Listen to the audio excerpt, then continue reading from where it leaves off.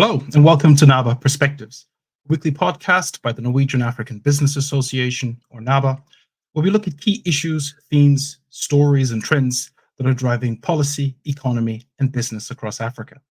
I'm Lanre Akinola, the head of content at NABA. This week, we're talking about the digital economy.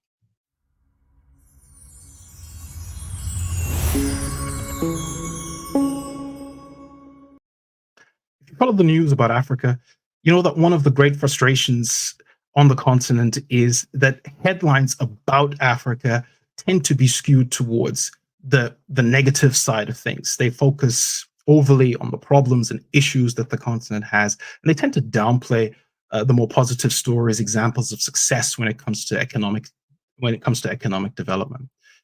The big exception to that story over the last 20 years has been the ICT sector and the digital economy more broadly, which has been not only consistently a bright spot, but arguably the standout success story for Africa since the turn of the century.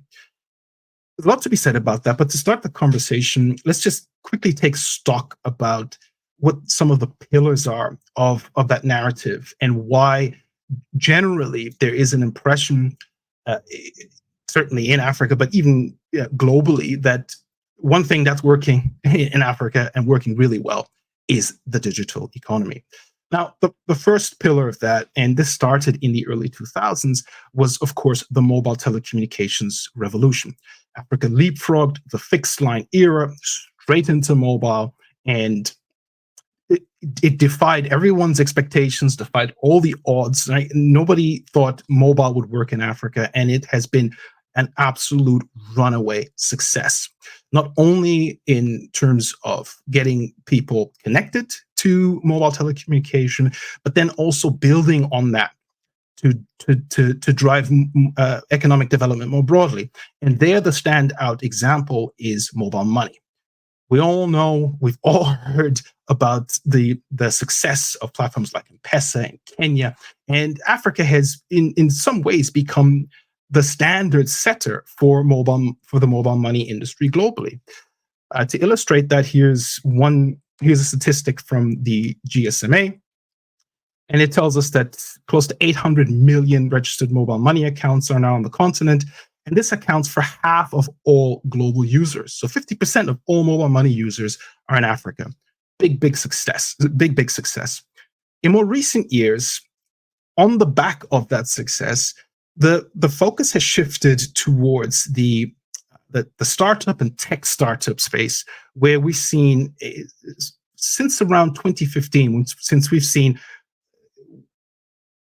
around 2015, and we started to see a real uptick of venture capital going into African tech startups.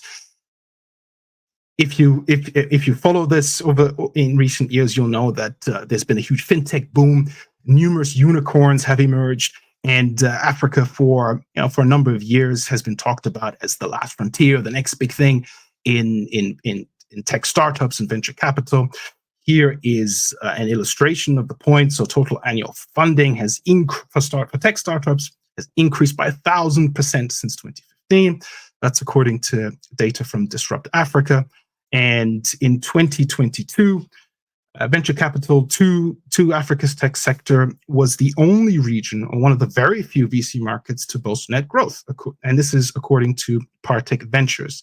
It was up 8% and hit $6.5 billion. One last one. By the end of 2021, 84% of sub-Saharan Africa's population was covered by a mobile broadband network. So here you have essentially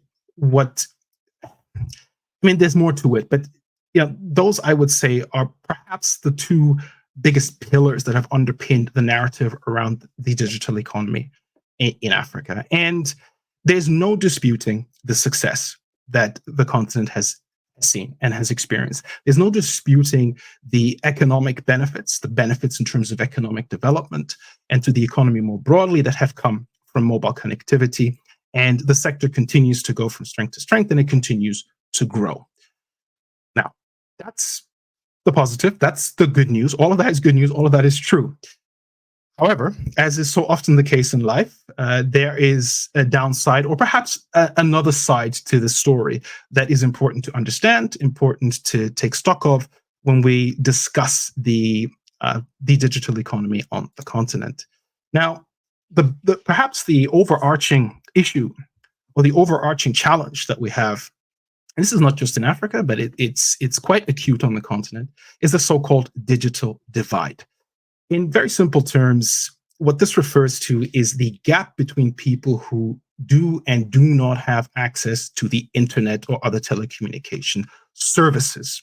So while we have seen this transformation of the sector over the last 20 years, the reality is that despite all of the growth that we've seen, just 30% of the population is using the internet across Africa today. That is according to the International Telecommunications Union. So just over a third of the population actually uses the net or is connected to the web. So that's one aspect of this. You have this disconnect where, literally and figuratively speaking, a disconnect where, despite this rampant growth that we've seen, a lot of people still don't have access. And just for context, 37% is almost half the global average, which stands around 62% or so.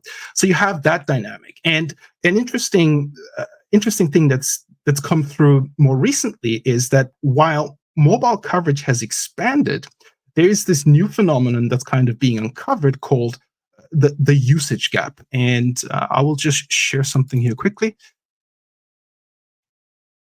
There we go. So here we see that mobile internet usage gap is almost 8 times the size of the coverage gap. That's according to the GSMA. Now, what are they talking about when they say usage gap? And here I helpfully have another one that can, okay, here we go. Now,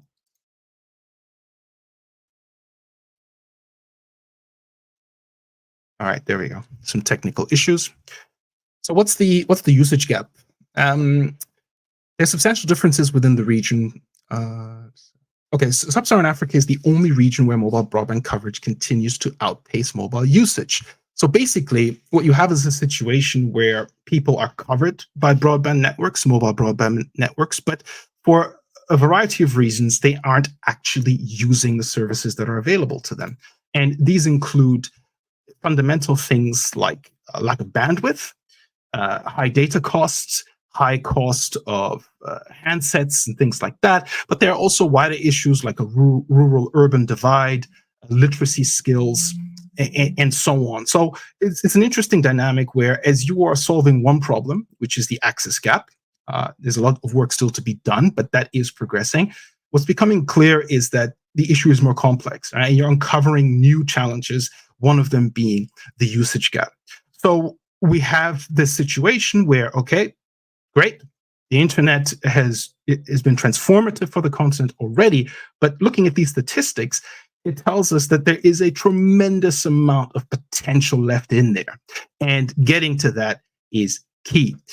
Now, that's one aspect that I wanted to touch on. The other aspect I wanted to touch on is when it comes to venture capital and tech funding. So in recent years, as I already noted, we've seen this uptick in interest in tech startups in Africa. There have been some high-profile investments and visits by people like Mark Zuckerberg. There have been investments by vehicles linked to Jeff Bezos and things like that. So really high-profile stuff, and that has created a lot of buzz. And if we go back to the figure from earlier from Partic Ventures, in 2022, venture capital funding for Africa was 6.5 billion. It was the only region in the world that registered growth. However, it's important to contextualize those figures. 6.5 billion is less than 1.5% of global venture capital funding for the same year, which stood at around $450 billion globally. So 1.5%, probably not worth getting too excited about. It shows, again, huge amount of potential for growth. Also, these aggregate figures, of course, don't automatically tell us what the landscape looks like regionally. And the reality is that the vast majority of this funding has gone into just a few markets. The space is dominated by South Africa, Kenya, Egypt, and Nigeria. And they tend to gobble up most of the funding that goes to the continent. So what you have actually is quite a concentrated tech ecosystem. That's not to dismiss what's going on in other parts, but again, important to understand the dynamics underpinning these trends. Also, when we look at where this money is going, a lot of it, the vast majority of it in recent years certainly, has gone into fintech. And that's where the real success has been, which again suggests that there is a lot of room for growth because there's not much flowing into any other aspects of of the tech startup ecosystem. Now, what all of this amounts to is what I would say the need for a little bit more nuance in how we analyze and discuss Africa's digital economy and how we assess the success of it and how we assess where we are in terms of harnessing its full potential. And a really good way that this has been described is that Africa needs to go beyond so-called islands of success. This is a phrase that is used by the OECD in a report that they released, I believe it was last year, was it? Yeah. So this is the Africa's Development Dynamics, Digital Transformation for Quality Jobs. This is from 2021. And this also notes that there has been tremendous progress in terms of building up the digital economy in Africa, but it makes a very important observation here where it says that in order to achieve the objectives of Agenda 2063, that's the African Union's development agenda for the continent, and create a massive number of jobs, digital transformations must expand beyond those islands of success. And I like that phrase because it conjures up, I think, quite a striking and powerful image about where we are. That yes, we have seen success in certain places, but actually we're kind of surrounded by an ocean of work that still needs to be done. And in making recommendations about how to tackle this, the OECD lists a few key interventions ranging from promoting the dissemination of digital innovations beyond large cities, so basically rural development, prepare Africa's workforce to embrace digital transformation and guarantee social protection. So education, in other words, remove barriers to innovation that prevent smaller firms from competing in the digital age. So support and develop the SME sector, and deepen regional and continental cooperation for digital transformation. So there's a lot to do, in other words. And these are things that aren't going to happen overnight. These are things that are not difficult. These are things that are familiar issues from other sectors in Africa. And here too, there's an interesting dynamic to understand, I think, which is that while the ICT sector and the digital economy has really stood out over the last 20 years, and it stood out not just for its success, but for how financially and commercially sustainable it has been. It's kind of taken care of itself. In most industries, there is a kind of endless narrative around we need, lack of funding, no private sector funding. When it comes to ICT, the private sector is kind of taking care of it. But we see that there are limits to what can be done without some of those fundamentals that are needed for economic development, right? The right education system, the right policy frameworks, proper integration, regional integration, the supporting infrastructure to make sure that the access is high quality and that people are actually using the services. So yes, big success story, but it needs to be contextualized, and that's really the point of this conversation. It's not to dismiss what we've seen over the last 20 years, not by any stretch of the imagination, and it will continue to evolve. It will continue to grow. There's no doubt about that. However, it is important to understand the nuances, is important to kind of go beyond the headlines, figuratively speaking, to try to understand what is what's really going on, where are we, and how do we take things to the next level. This was important before COVID, and we all know that during the pandemic, the fundamental importance of the digital economy was not only underlined but amplified. A lot a lot happened during that pandemic to shift things more and more towards the digital economy, which I would say raises the level of urgency to tackle some of these issues that I've been discussing. And when we consider that we're now moving into the age of artificial intelligence, which looks like it is about to upend the whole industry yet again and take us into a completely new space in terms of what the digital economy means and how it interacts with the wider economy, how it underpins the wider economy. We are on the cusp of, by all accounts, quite extraordinary transformational times. And if you aren't part of that race in some way, not suggesting that the whole world needs to be at the leading edge of that. It's a very exclusive club to play in, and one that most countries aren't part of. It's basically the U.S. and to some extent China that are driving this. However, in order to compete in any meaningful way in the 21st century, it is of fundamental importance to go beyond those islands of success that I discussed earlier, and to really, unleash the true transformative potential of the digital economy. Because I would argue that we actually haven't really seen anything yet. Yes, it has been spectacular, right? The change from a situation 20 years ago, there were basically no phone lines on the continent, to where we are today, where in every part of Africa, you're on your smartphone.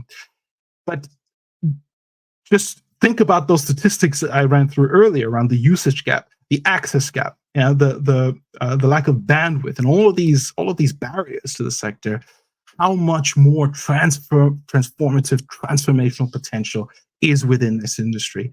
And as we move forward, as the sector moves forward, as Africa moves forward, it's important to just kind of step things up.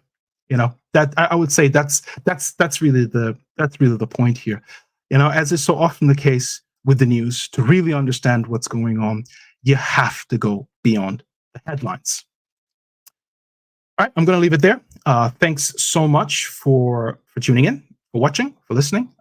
If you've watched the whole video, thank you twice. If you want to know more about what we do at the Norwegian African Business Association, or NABA, please feel free to visit our website, norwegian-african.no. It's on the screen there. And if you're on YouTube, you know the drill. Like, subscribe, share, all of that good stuff. Thank you again. See you next week.